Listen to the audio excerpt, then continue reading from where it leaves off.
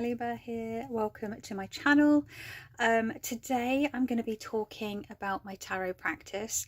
I say tarot practice, but it's never been a consistent single thing, and I think that's true probably for a lot of us, or if not most of us.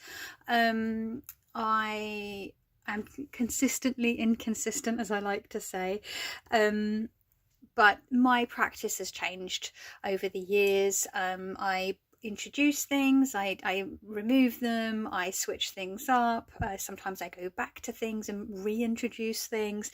And it's a real sort of ebb and flow. It's really dependent on my health, physical and or mental. It really depends on what's going on in my life. It really depends on what's going on in the world, like how much I want to engage with the tarot practice. Last year did start off pretty strong, and it did start to taper off towards the end of the year, the last few months of the year, just because things just really just started I was struggling, basically. I was really struggling with just a lot of stuff, and it was really starting to get to me. And tarot was one of those things that I didn't have the capacity to do as much of. I was still working with decks, and I was still making videos, but I wasn't doing a consistent, regimented practice. And that's another thing. Like, I'll go through phases of having a very sort of specific type of practice, a very sort of structured way that I go about things, and then it gets all loosey-goosey again. And I think that's probably a bit of neurodivergence as well. Like, I really want the structure, and then the structure becomes boring, and then I go all loosey-goosey, and then that becomes sort of untethered and sort of amorphous, and a bit sort of maybe doesn't work for me anymore, going sort of intuitively. And then I reintroduce the structure, and I tend to go overboard. So yeah. And there was a couple of things that made me think about this. The first one is I just feel like I need to change things up a bit. I just want to switch things up and get some structure back in, but not too much, like somewhere a middle ground for a change, because it's usually one or the other, and I'm trying to let's try a sort of more even approach to this. The other thing is I have done my solar return spread that I created a few years ago. I've done that for my last 3 birthdays.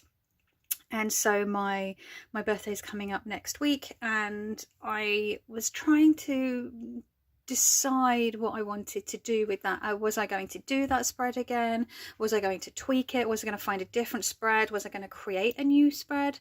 Was I going to go back to just doing a card for each month? But I don't feel like I get much out of those particular year ahead spreads.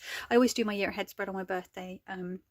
It just feels more personal to me, and a little more chill than that whole January, beginning of January New Year thing. I'm not a fan of sort of Gregorian New Year, especially as I get older. I'm trying to keep it more chill. And yeah, so I didn't know what I was going to do. And then there was a third and final thing that sort of prompted me wanting to sort of figure out what my intentions with tarot for 2025 would be. And that was a Threads post by Sarah Ann Lawless, who is a practicing witch, neo-pagan, a herbalist, and she posted something really interesting about tarot for herself, and I'm just going to read it for you, so hold a second. So Sarah says, oh sorry, I've just knocked the phone there. Confession. I stopped reading tarot for myself when good things stopped happening, or rather, bad things wouldn't stop happening. Tarot became depressing and not at all helpful to me personally. Ignorance really is bliss, as well as self-care in certain circumstances. It's been 5 years now. And someone was asking if she had done any readings, taken readings from anyone else, like employed someone, hired someone, what's the word that you use, booked someone to do a reading for her. And she said no, she's just not, she just doesn't hasn't had a reading or done a reading for 5 years. And then there was lots of other really interesting responses. So there was one here, Green Man Reading says, divination burnout is real. I've put the cards and astrology down for long periods of time, and I certainly will again. This isn't talked about enough. Consumer culture and capitalism breed us to go hard and burn the candle at both ends in strange ways. And then someone else said, Uranus Magic Mirror says, when I have periods where I can't handle the often brutal... Sorry, I'm holding my laptop, so if you can see that out the corner, that's what...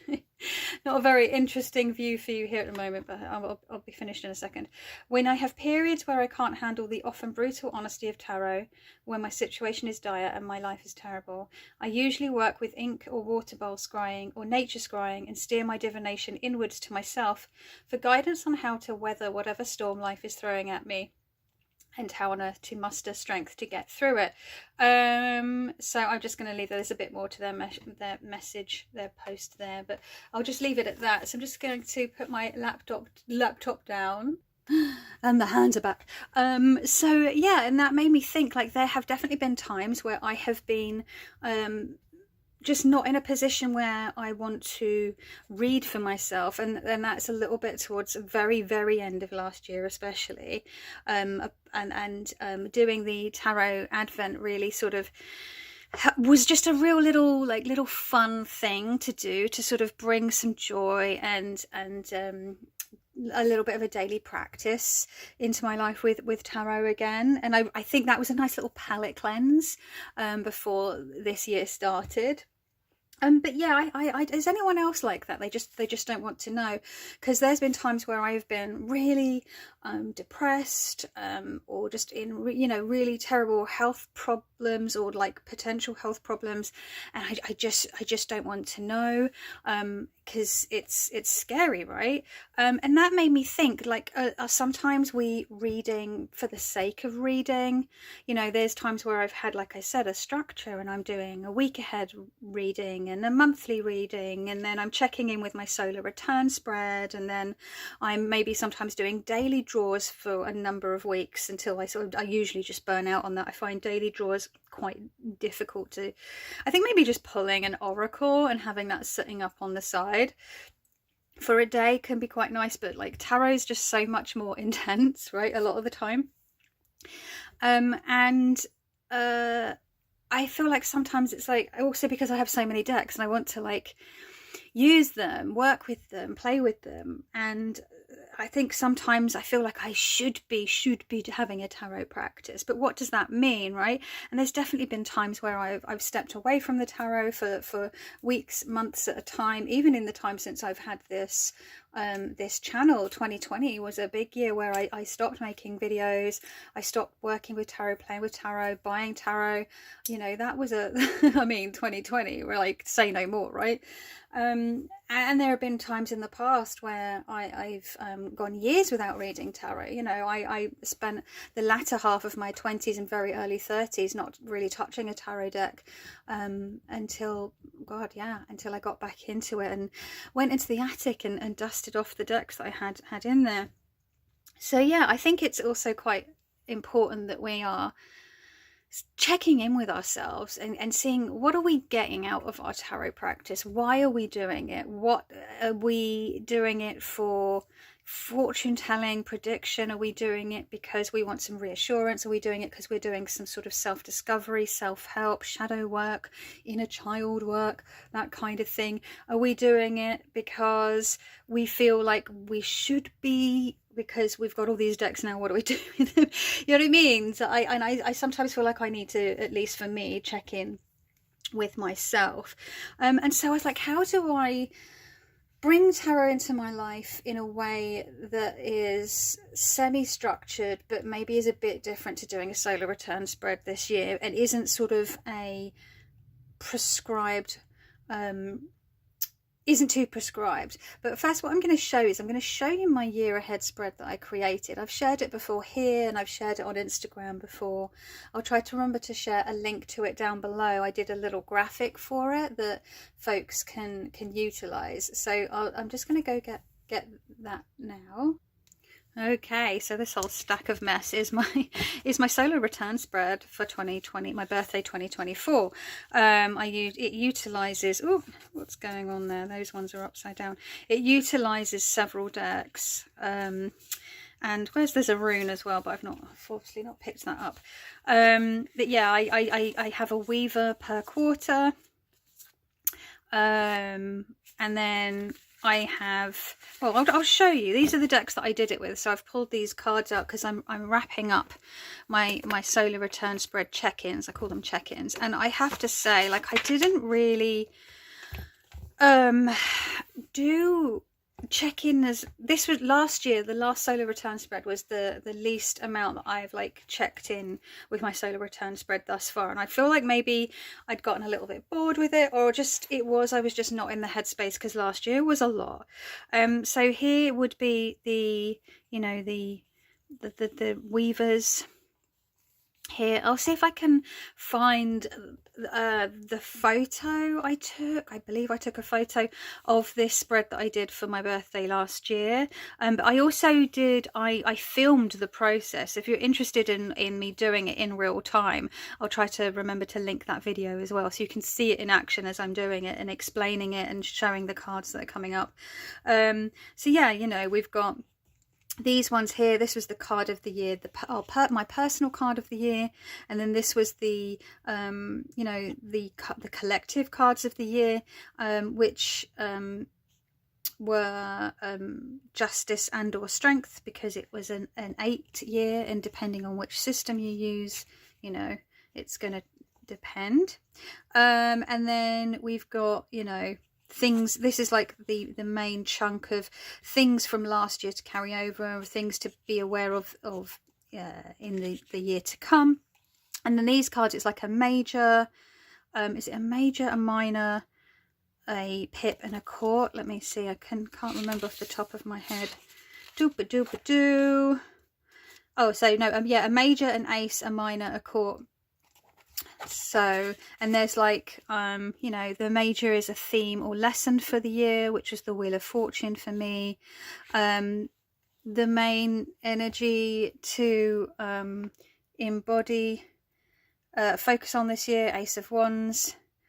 Advice to guide me through the year, 8 of Coins. An attitude to cultivate this year was the Page of Swords. So yeah, that's the basic. So I've got a rune. I even did a fortune cookie, which was really fun. I might do that again. So yeah, that's what I had. So so yeah, so I just paused to move that out the way.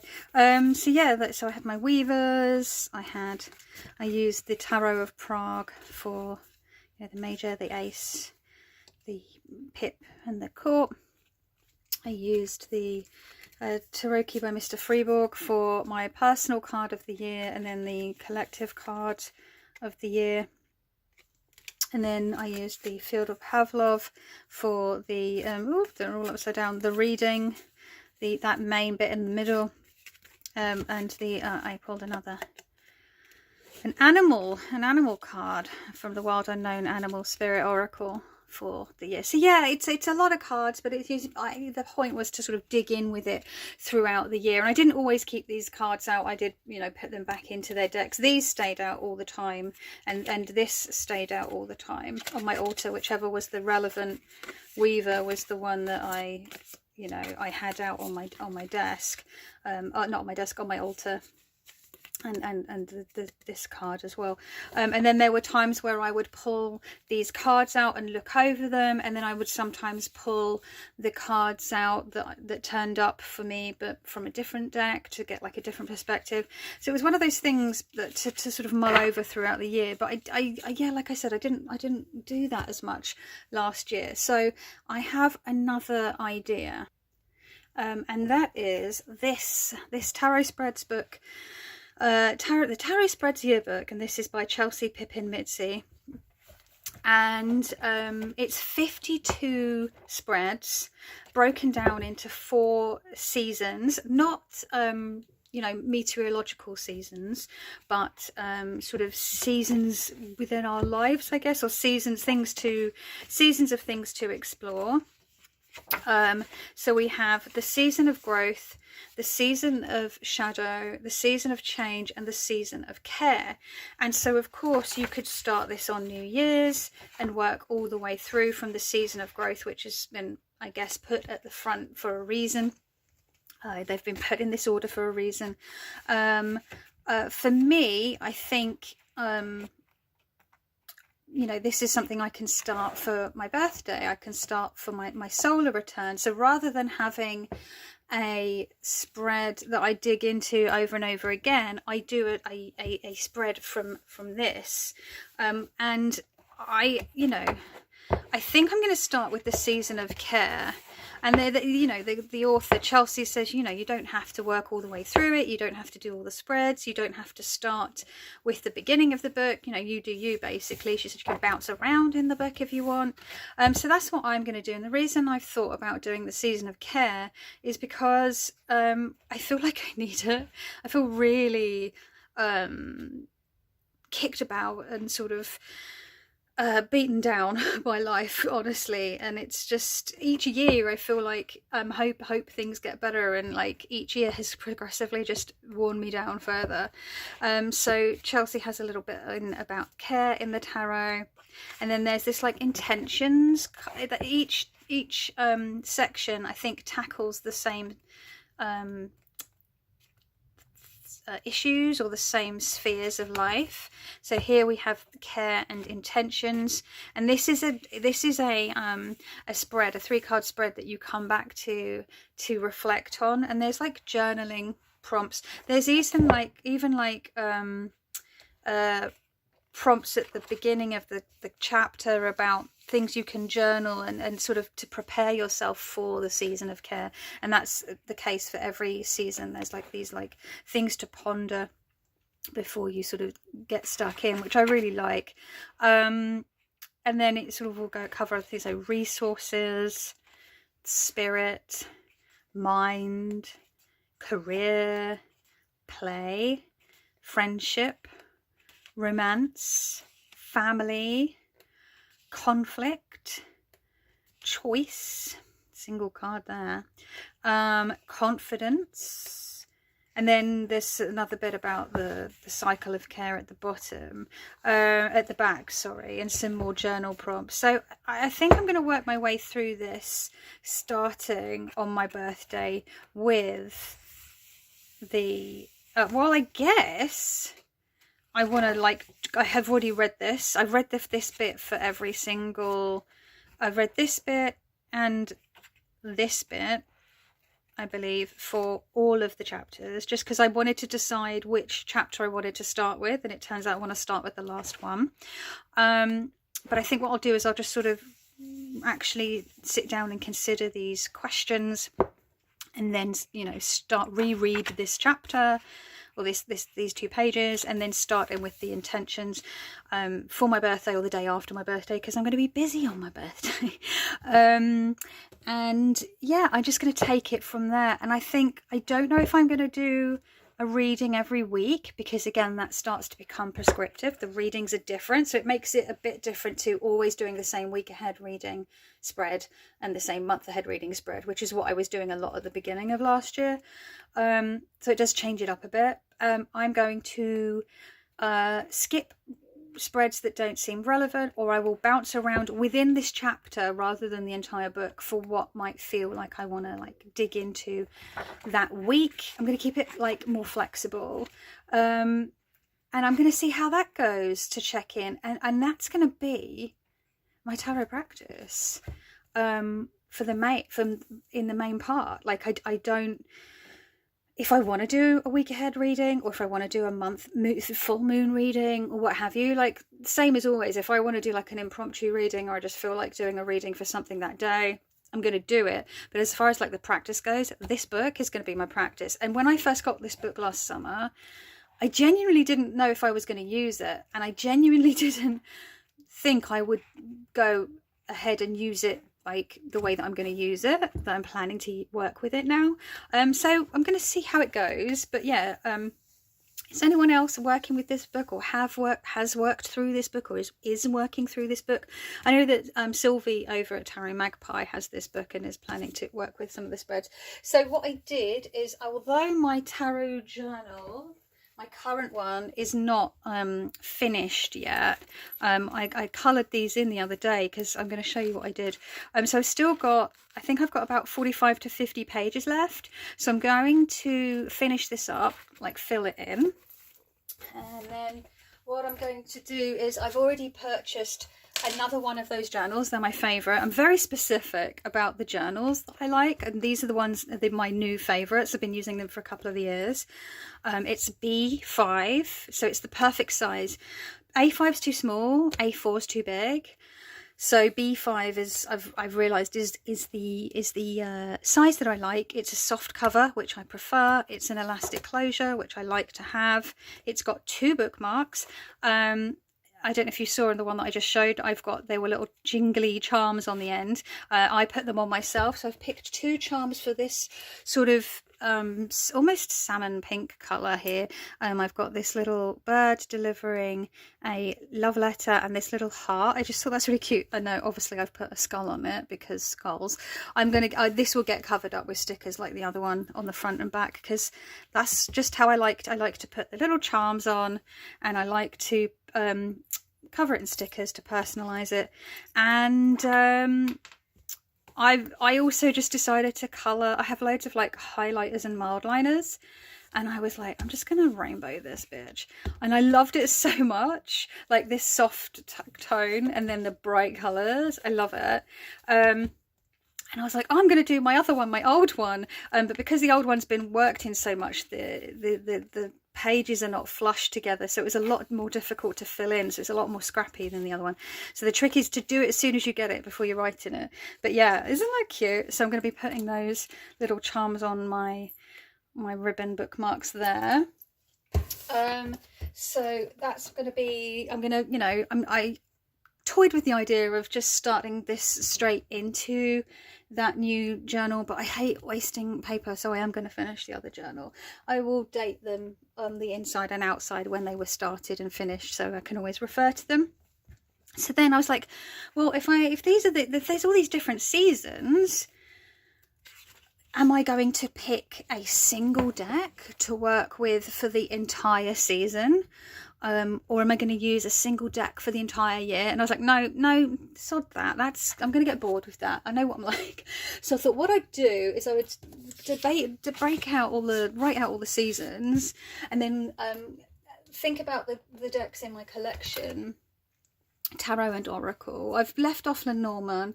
I will just dip into Lenormand as and when I feel like it. But I got this little grid, and I just sort of wrote down decks that I thought would work, and so for Season of Care I've written them all down and I've pulled them all out.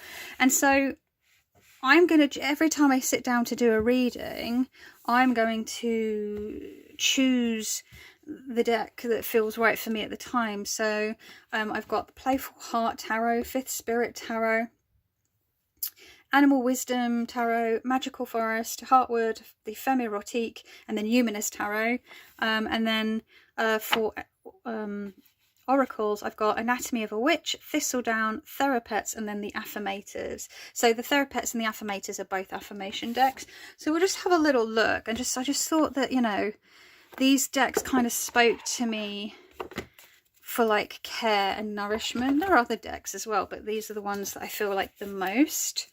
I love the Fifth Spirit Tarot. Oh, just even this death card. I mean, come on. I love this Seven of Swords with the magpie, because it's quite treacherous, but also it's just the magpie's nature. It's not like malicious. I love this King of Swords so much. So yeah, this I find this deck really comforting and supportive, and just really, I like that it has a lot of breathing space in a lot of the cards. I call this one, there's a lot of blank space, I call it breathing space. And I've just come to, I've absolutely fallen in love with Charlie Claire Burgess's work, their decks, their books. I really rate them as a writer and a deck creator. So yeah, the Fifth Spirit had to be on there for the Season of Care. The Playful Heart feels more like a inner child type deck to me. This is a very inner child deck, and it's just one of those that just really cheers me up whenever I work with it. Boop boop, there's a card stuck in there. Come on, you. What are you doing? Is it the extra cards? Did I put them aside?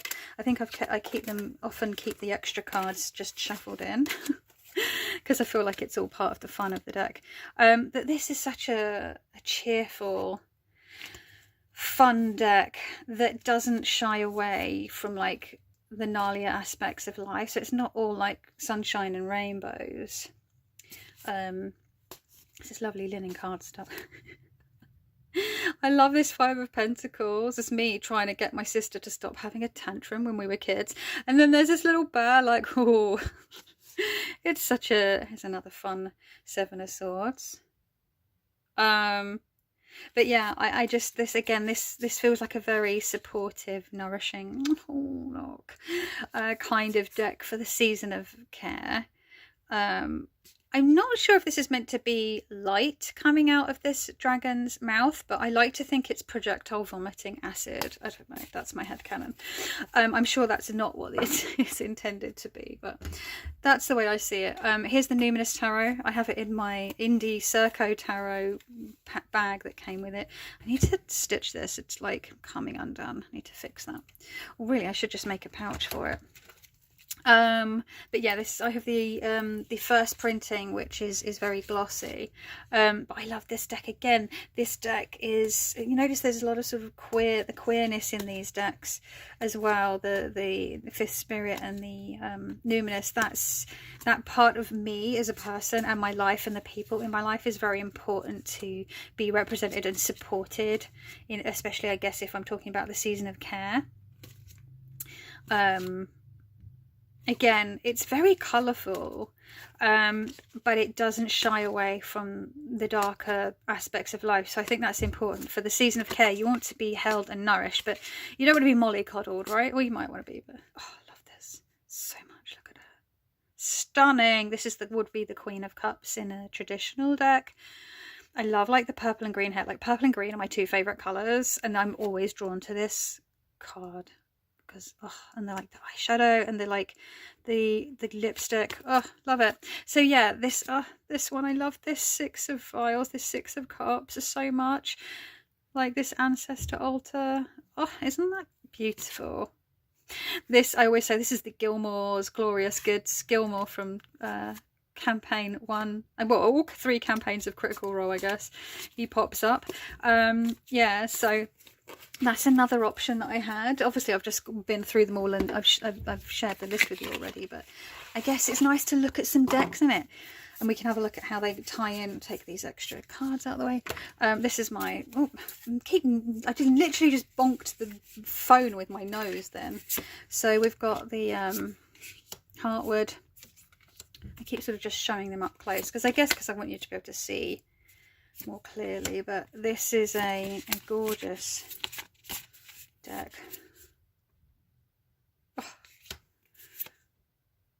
I feel it's very warm and cozy, and again, I like the decks that feel very comforting, but they don't shy away from, you know, this makes me anxious. It doesn't shy away from the less appealing parts of existence. So yeah, those 4 are probably the first ones that came to mind. Are they the first on the list? Oh no, the Animal Wisdom was 3rd on the list. I love the Animal Wisdom. Don't love the new name it's been given. It was reprinted a few years ago, and they called it the Spirit Animal Tarot, which I'm like, guys, can we just not? But yeah, this deck is very charming. I have just absolutely one of my favourite backs of all time. This one with the coyote and the hummingbird, and that coyote's little like cheeky side eye. Look at that little face. This deck is, again, the colours are soft, it's very watercolory, it's very it's just so sweet and tender. Look at the dog for Ten of Fossils. This would be the Ten of Pentacles in a standard deck, in a smooth weight. But what a perfect like representation for the Eight of Coins, right? So yeah, this is one of those decks that just always makes me feel like held. I know that sounds kind of wanky, but like I just feel comforted whenever I read with this. So I guess that's, you know, in the season of care, that's what I'm looking for, some comfort. And then of course I had to have my classic old fave, Magical Forest, because these guys, I mean, don't get me wrong, they will like straight up cut a bitch. They will tell you how it is, and they will read you for filth, but they're also really cute while they're doing it. It's like when Dr. Nomi does something naughty and I have to like tell her off, but I'm trying not to laugh because she's so cute. She's very rarely naughty. She's actually a very well behaved, well trained dog, and everyone comments on what a sweetie she is, but she has her moments, don't we all? I love Hermie. This is Hermie. Really cute. And so this deck is the ultimate comfort deck to me, really. This is base camp, this is home, this is headquarters, this is Bay. Do people even use Bay anymore? I don't know. And then for the final tarot deck, I've got Le Femme Erotique, Le Tarot de Femme Erotique. I believe this is an indie deck, I can't remember. It is saucy, so if you don't want to see any lady bits, naked lady bits, then look away, avert thine eyes, because here be lady bits. Maybe I'll try and like put out some slightly less saucy. Oh, the lighting's not good. There's lots of bottoms and boobs. But it's a deck I only ever use for myself, and it's like self-care in a different. Yeah, no, there's just boobs. There's just boobs. It's all boobs. You know, just gals being pals. This is a me only deck. No one. She's like, oh, my boobs falling out, as they tend to do, I guess.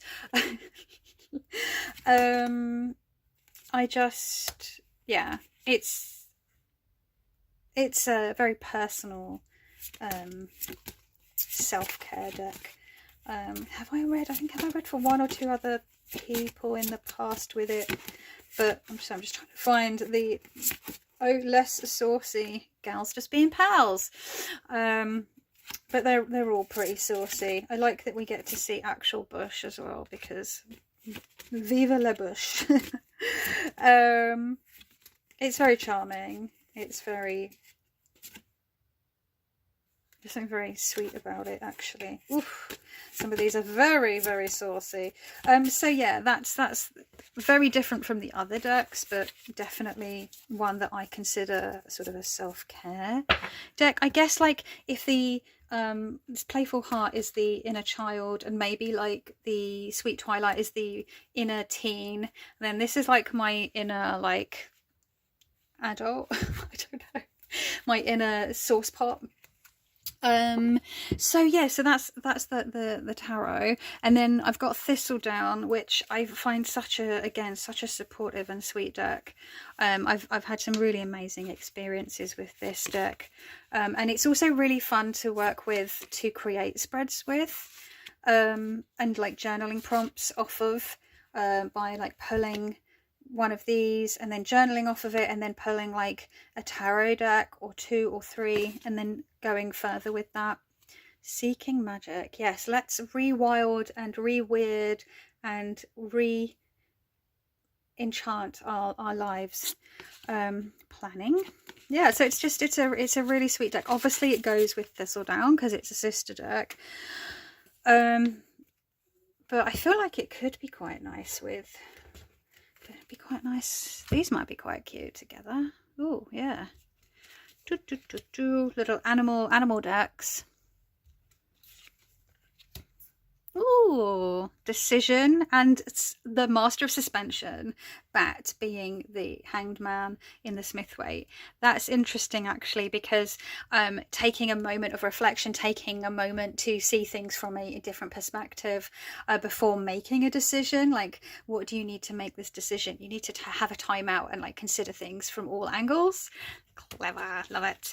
Light and the Scorpion, 5 of branches. So yeah, I think these would go quite nicely together. Have I worked with these together? I can't remember. I can't remember things anymore. That's just my life now. So I think those would be quite nice. You know, Anatomy of a Witch, I felt for the Season of Care felt very appropriate, because it's you know, it's literally about, you know, the embodied witch experience, and it feels like a very self-care deck, and I think that's why I was so drawn to it over the last, like, worked with it quite a bit the last couple of years. And it goes really nicely. It works like aesthetically, it works really nicely with a lot of my tarot decks. So it gets a lot of play, and the book is really good. I really rate Laura Tempest Sackroff's guidebook for this deck. I really should get the books that spawned these decks, really, and read them, but I have too many books to read on my list already. There's a stack of books to get through before I can get to buying these ones. So yeah, I feel like that, I know that this goes with a bunch of my decks already.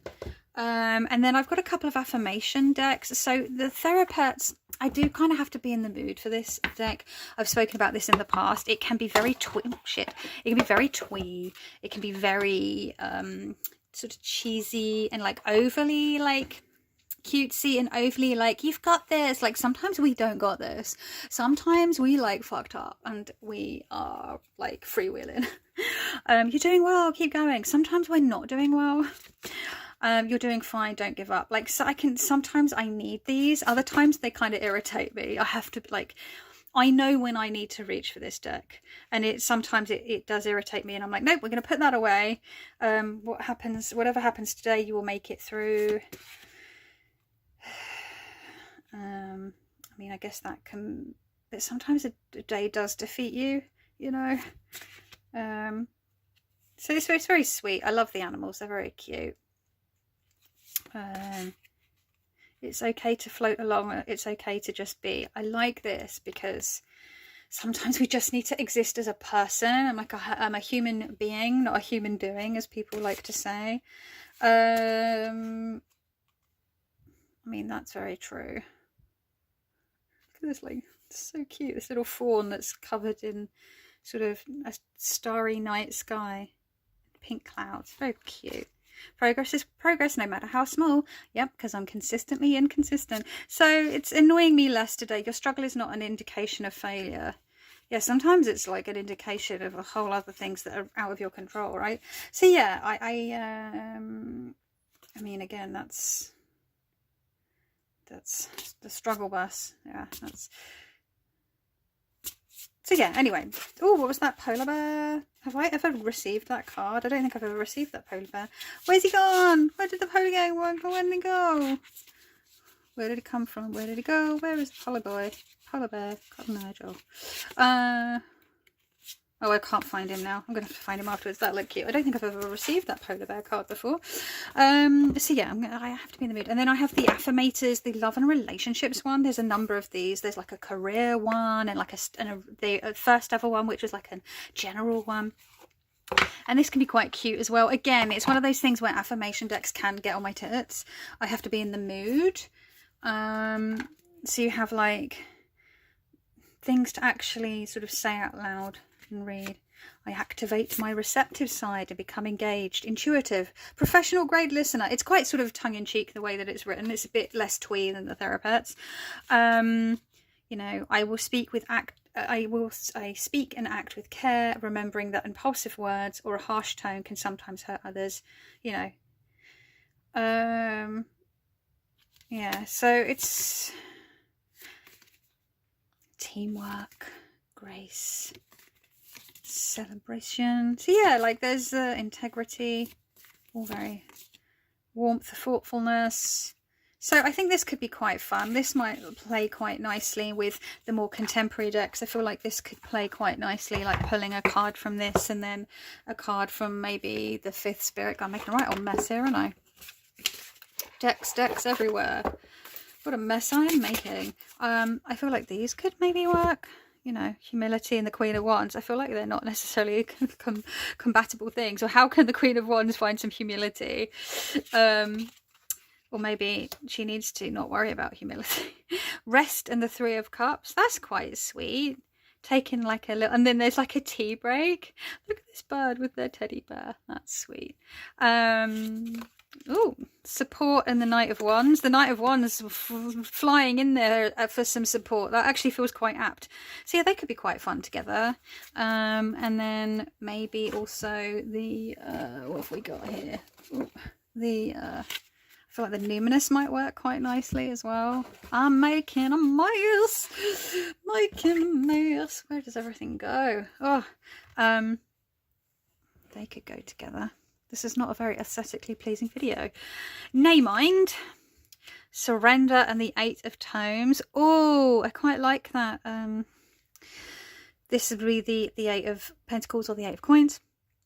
Hear ye, you are hereby being called to unclench your grip on any old thought patterns that are getting in your way. Surrender any ideas that make you feel like a victim of circumstance or which make your dream relationship seem like an impossibility. The Mayor of Reinvention has just arrived and has made the following decree. Limiting beliefs about yourself and your life are here to forthwith, officially and indubitably declared for the birds. So yeah. This could also be quite nice, this deck, for the because it is love and relationships, to pull it with the spread with for like the romance and friendship and stuff and family, because it doesn't have to be, well, I guess it is love and relationships, but relationships, it can be like not just, you know, romantic love and relationships, you know. Which for some reason our society deems the paragon of all relationships, and I sort of don't necessarily agree, to be honest. I think it devalues other important relationships, like chosen family and friends and things like that. Okay, so I think that's kind of just, you know what, I've got a little list of notes there. Have I done anything? Oh yeah, the 52 card spread, I've just shared that, and like what I plan to do with it. Oh, also, and I was thinking, you know, if I do feel like I'm just doing readings from this book for the sake of it and I'm not feeling it, I'm giving myself permission to do anything else with the cards. Like, I don't want to read, maybe like Sarah Ann Lawless, I just don't want to know. Then, you know, I can pick a card and make a, you know, write a haiku, or, you know, a sonnet or something, I don't know, or collage it, or like stream of consciousness journal about it, or, you know, make a song list around the feelings that that card brings up. I don't know. I'm just allowing myself to just use this in a very sort of loosey-goosey, relaxed way, and giving myself permission to play and bring some like more fun back into my tarot life, as it were, because yeah, sometimes I get a bit too serious. I will probably be doing, you know, tarot study, reading books that I find interesting, and circling back round to you know, Tarot de Marseille and digging in with that. I've got some like books about Tarot de Marseille that I haven't read, or that I only got part way through, that I would like to finish. And I will likely, where's my thought going? I had a thought and I can't remember what it was. Oh, that was it. And again, like with tarot study, I might do what other people are doing, which is to do the tarot advent again, but with other decks that I'd like to either get reacquainted with, or sort of get to know a bit better, because I don't know it that well, which, you know, when I've got so many decks at that point, it's sort of inevitable that that's going to happen. Not all decks get worked with throughout the year, because it's almost impossible unless I don't quite have a deck for every day of the year. That I don't have quite that many, but you know, maybe one for every other day of the year, which is a lot. So you know, inevitably not every deck gets worked with every year. So yeah, getting reacquainted can be a good thing. So that'll probably happen. I don't know if I would do it over 25 days. I might do it over like, but that's, I guess that was the appeal of it, right? Is like, if I then do it every other day, that's 50 days. And then my brain is like, nah, that's too long. That's nearly 2 months. Fuck that. So maybe I just need to keep it short, sharp and sweet.